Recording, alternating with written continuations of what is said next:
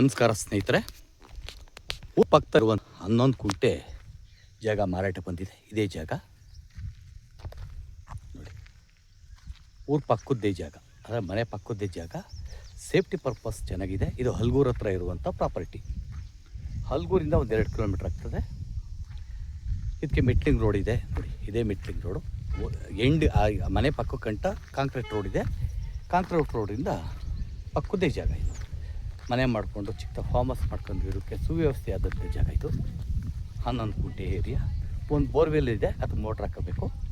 ಫಲವತ್ತಾದ ಕೆಂಪುಕೊಂಡಿದೆ. General property.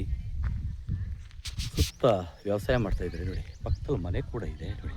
ಇದೇ ಊರು ನೋಡಿ, ಮನೆ ಅದು ಮನೆ ನೋಡಿ. ಬಸ್ ಇಳಿದ್ಬಿಟ್ಟು ನಡ್ಕೊಂಡೇ ಬರ್ಬೋದು ಇಲ್ಲಿಗೆ ಜಾಗಕ್ಕೆ. ಬಸ್ ಇಳಿದ್ಬಿಟ್ಟು ನಡ್ಕೊ ಬರ್ಬೋದು. ತುಂಬ ಯೋಗ್ಯವಾದಂಥ ಜಾಗ, ಅಗಲವಾದಂಥ ರಸ್ತೆ ಇದೆ.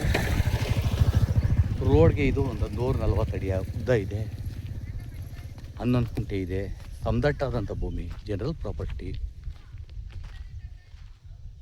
ನಾರ್ತ್ ಫೇಸಿಂಗ್ ಅಂದರೆ ನಂದಿ ಫೇಸಿಂಗ್ ಐತೆ ಜಾಗ. ಹಲ್ಗೂರಿಂದ ಬಸ್ ವ್ಯವಸ್ಥೆ ಐತೆ. ಬಸ್ ಇಳಿದ್ಬಿಟ್ಟು ವಾಕಬಲ್ ಡಿಸ್ಟೆನ್ಸ್ ಒಂದು 100-150 ಮೀಟ್ರ್ ನಡ್ಕೊಂಬಂದರೆ ಇಲ್ಲಿಗೆ ಬರ್ಬೋದು. 100 ಮೀಟ್ರ್ ಅಷ್ಟೇ.